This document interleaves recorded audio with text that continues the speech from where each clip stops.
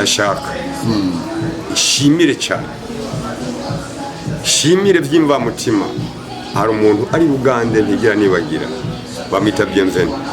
afise Iteka service ya indi jana abantu neza cyane ni company ni entreprise ijana abantu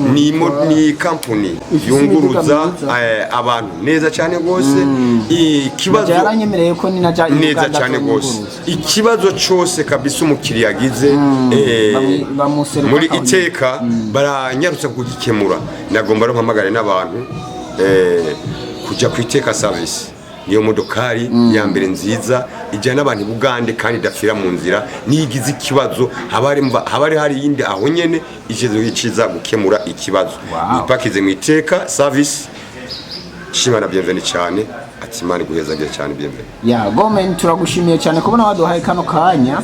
kugira ngo dushobore kuyaga kamwe twizera ko no hanyuma tugukeneye zo twita imari guhezagiye cyane Blaze ya bakunzi bamenya nibi media mwese mwari ko muradukurikirana umutumire wacu yari Gomen ngize nti muramuzi muri je ndiho ku Gasaka Kamem arabimerita arabikwiriye n'abapinga baremeye ubu tuvugana kuko babonye byinshi yakoze n'amazi n'ubutaka Kamem mu muziki wacu mu Burundi hamare tubasaba kubandanya mukora subscribe ciao ciao